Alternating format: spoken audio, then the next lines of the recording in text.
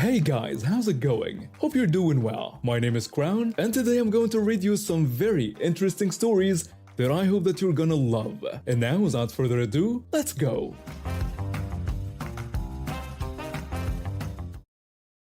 I work at a hotel at the front desk. I'm not going to name the hotel because it's irrelevant. Yesterday, we had a guest checking in. It was just him and his wife. I repeat, just one man and one woman.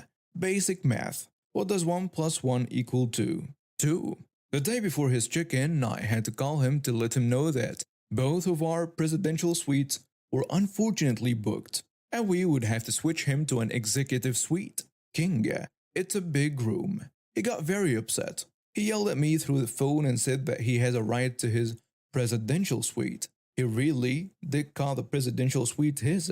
He asked me why he couldn't have what was his, and I told him that both suites had been booked since last year and that they wouldn't check out until November 2025. He literally told me to move those guests to a different room. Again, I told him I couldn't do that. And again, he started yelling and using offensive language, saying that he paid for a presidential suite. I agreed that wasn't fair, so I lowered the nightly rate to $99 for the inconvenience. I checked his reservation to make the changes and oh wait, he was only staying for one night. One night. After I lowered the price, and keep this in mind, he was still staying in a suite, so he got a major discount.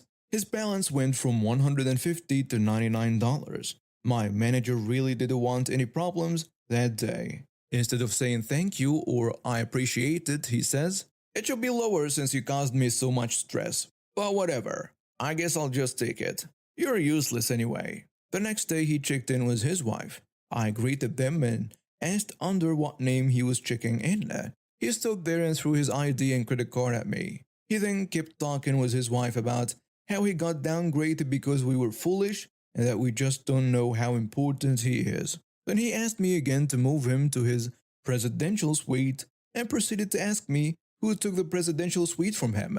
I cancelled his reservation after that and asked security to escort him out. He was resisting though. He kept demanding the suite and his wife was just nodding and yelling with him.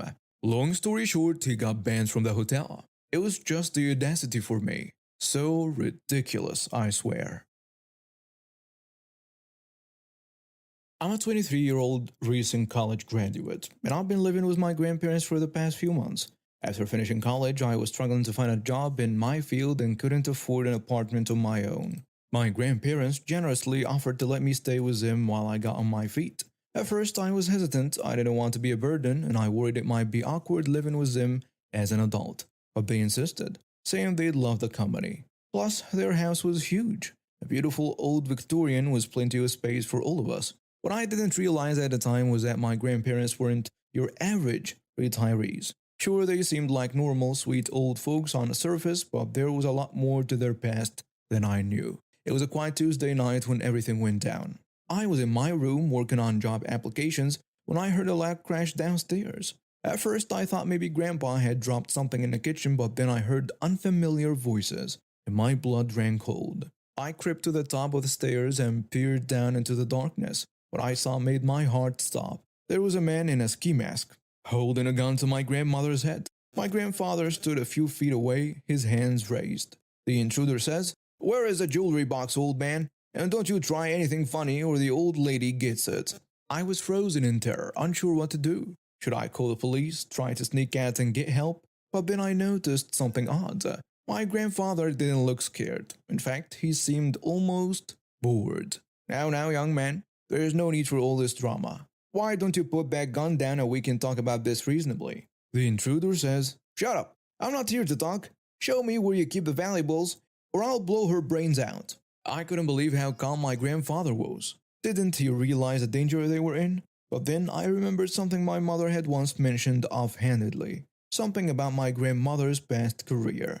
Could it be true? Grandmother says, "Honey, why don't you show this nice young man where we keep the good silver? I'm sure that would make him very happy." Her voice was steady, almost playful. I couldn't see her face from where I was hiding, but I could picture the glint in her eyes. And that's when I knew the stories were true. My sweet cookie-baking grandmother really had been a secret agent.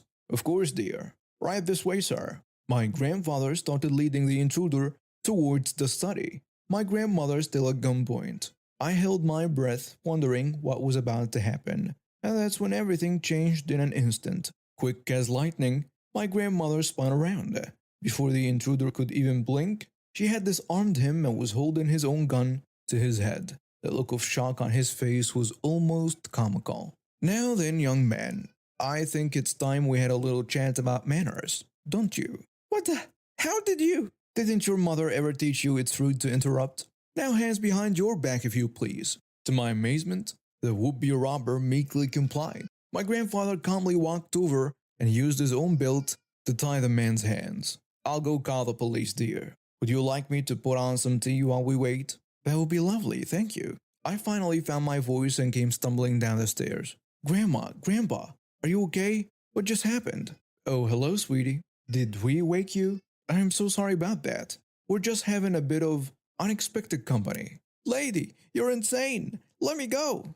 Now, there is no need for name calling. Why don't you sit tight and wait for the authorities to arrive? And to my utter disbelief, my grandmother actually made the guy sit down on a couch. She kept the gun trained on him, her eyes never leaving his face. Grandma, how did you do that? Where did you learn to disarm someone like that? Oh, that? Just a little trick I picked up years ago. Did I ever tell you about the time I spent working for the government? You mean it's true? You really were a secret agent? Well, I wouldn't say secret agent exactly, more like an intelligence officer with some specialized training. But that was a long time ago. Wait, what? You're telling me I tried to rob a freaking spy? Former intelligence officer to be precise. Tea's ready, dear. Are you people for real? I couldn't help but laugh at the absurdity of the situation. Here we were, having a polite conversation while holding an intruder at gunpoint. Just then, we heard sirens approaching. The intruder slumped in defeat. Great, my life is over. Well, young man, perhaps you'll think twice before trying something like this again. The police arrived and took the intruder into custody. As they led him out, I turned to my grandparents in awe. I can't believe what just happened. Grandma, you were amazing. Oh, pish posh. I just did what needed to be done. Now, who wants cookies? All this excitement has made me peckish. As we sat in the kitchen munching on fresh-baked cookies at 2 a.m., I realized there was so much I didn't know about my grandparents. Grandpa says, I always did love watching your grandmother in action. Reminded me of why I fell in love with her in the first place. Oh, you charmer. I just hope this incident hasn't scared our granddaughter too much. Are you kidding? I've never felt safer. Although I do have about 1,000,000 questions now, and I'll be happy to answer them, dear. But perhaps we should all try to get some sleep first? It's been quite a night. My boring summer living with my grandparents had suddenly become a lot more interesting, and I had a feeling there were plenty more surprises in store. My husband Liam and I have always been the helpful types. We're the ones our friends call when they need a hand moving or someone to watch their pets. It's just who we are. But this time, our kindness has put us in a real pickle. Let me back up a bit. Liam and I have been married for 5 years now. We bought our cozy little house 3 years ago. It's nothing fancy, just a 2-bedroom place with a small yard. Perfect for us and our 3 cats, Whiskers, Mittens, and Grumpy. Yeah, he lives up to his name. We're not trolling in dough, but we're comfortable. We've always been into board games. Liam especially, he's part of this weekly board game group at the local game store. That's where he met Clyde. Nice enough guy, always talking about his big plans and ideas. Clyde's wife, Bonnie, would sometimes tag along. She seemed sweet, if a bit clingy to Clyde. Anyway, about a month ago, Liam and I were planning our first real vacation in years. A week-long trip to the beach. Nothing extravagant, but we were excited. The only hitch was finding someone to watch our cats, especially Grumpy. He needs daily medication and, well, he's not the friendliest cat to strangers. That's when Clyde mentioned he and Bonnie needed a place to stay in our city for a convention and some job interviews. It seemed perfect. They'd have a free place to stay and we'd have someone to watch the cats. Win-win, right? So off we went on our vacation. Sun, sand, and no responsibilities for a whole week. It was bliss, but little did we know we were coming back to a nightmare. When we got home, Clyde and Bonnie were still there. No big deal, we thought. They probably needed an extra day or two to wrap things up, but then they dropped the bomb. Hey guys, welcome back. How was the trip? Clyde asks. It was great, thanks. How did everything go here? Bonnie says. Oh, it was fine. The cats were good. Even Grumpy warmed up to us eventually. Clyde says, yeah, about that. We were wondering if we could maybe stay a bit longer. Depending on how the job search goes. Liam says, oh, sure. How much longer were you thinking? Well, we were hoping for maybe 3 months. I nearly choked on my coffee. 3 months? In our tiny house? With our temperamental cats? I looked at Liam and I could see he was just as shocked. 3 months? That's a long time. We weren't really prepared for long-term guests. Oh, but it would be so helpful. Client's got some promising leads and I might have a job lined up. We just need a little time to get on our feet. I don't know. Come on, man. We're in a tight spot here. You guys are our only hope. I could see Liam wavering. He's always had a hard time saying no to friends. I jumped in before he could agree to something crazy. How about we start with 1 month? That should give you some time to figure things out. Clyde and Bonnie exchanged a look, then nodded. That would be great. Thank you so much. So here we are a week into their stay, and I'm losing my mind. Our living room has become their bedroom. There is stuff everywhere, clothes, job application papers, snack wrappers, and Liam's irritation is growing by the day. Did you see they left another half-empty soda can on the coffee table? And there are crumbs all over the couch. I know. It's frustrating, but it's only for a few more weeks, right? Wrong. Yesterday, Bonnie approached me while I was trying to work. Hey, I was thinking, just a few days after the month is up, would it be okay if we stayed until then? It would mean so much to me. I wanted to scream. Instead, I took a deep breath. Bonnie, I'm sorry, but we really need our space back. I had some big projects coming up, and I need to use a living room to prepare. But it's my birthday. You wouldn't kick us out right before my birthday, would you? The guilt trip was a last straw. I realized that they had no intention of leaving anytime soon. They were taking advantage of our kindness, and it was time to put a stop to it. Look, Bonnie, we agreed to a month. That's already a big favor. We can't extend it any further. You and Clyde need to have a plan to move out by the end of the month. Bonnie's face fell, and she stormed off to find Clyde. I could hear them whispering angrily in the living room. A few minutes later, Clyde came to find me. Hey, what's the big idea? We thought you guys were our friends. You know we don't have anywhere else to go, right? I'm sorry, you're in a tough situation, Clyde, but that's not our responsibility. We've been more than generous. Well, what if we just refuse to leave? You can't just throw us out on the street. And that's when I lost it. Actually, we can. If you try to stay past the agreed date, we will. Liam and I know several lawyers who specialize in evictions. If you force our hand, we will sue them. And trust me, you don't want that on your record when you're job hunting. Clyde's face went pale. He mumbled something and retreated to the living room. The next day, Bonnie and Clyde announced they had found a small studio apartment they could afford. Funny how that happened so quickly when they realized we weren't going to be pushovers. They moved out exactly 1 month after we returned from our vacation. As they were loading their car, I felt relieved because we had our house back, and disappointed because friends we trusted tried to take advantage of us. Liam and I are still willing to help friends, but now we understand the need to set clear boundaries and stick to them. If someone tries to cross those boundaries, we won't hesitate to stop them immediately. Me and my best friend Joshua have known each other since elementary school, and he's always been the one to come up with the coolest ideas for celebrations. This year he decided to have his party at Urban Air, this awesome trampoline park that recently opened in our town. I was pretty excited about it, not just because of the trampolines, but also because they had this new virtual reality setup. I've been saving up for weeks to get the platinum ticket that included VR access.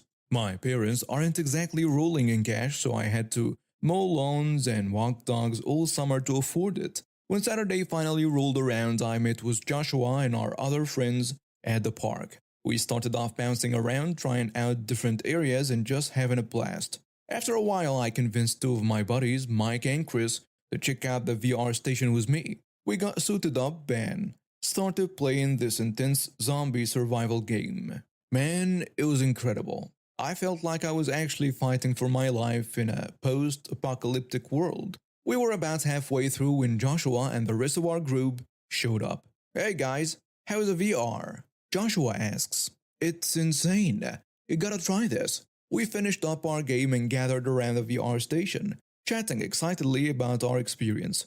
And that's when I noticed this kid, probably around 8 or 9, hovering nearby and looking at the VR headsets longingly. He says, I want to go first. I figured he was talking about the VR, so I decided to be nice and let him know we were done. We're not playing anymore. You can go. The kid walked away, and we went back to our conversation.